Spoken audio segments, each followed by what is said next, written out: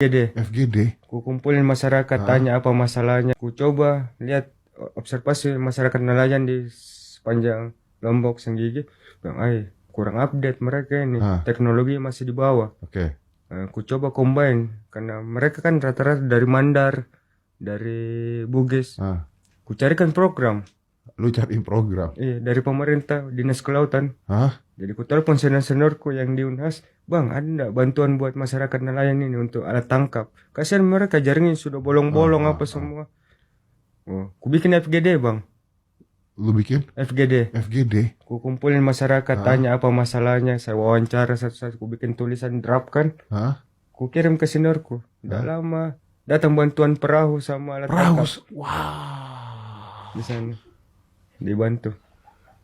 Akhirnya diajak saya ke rumahnya tinggal. Disuruh nikah.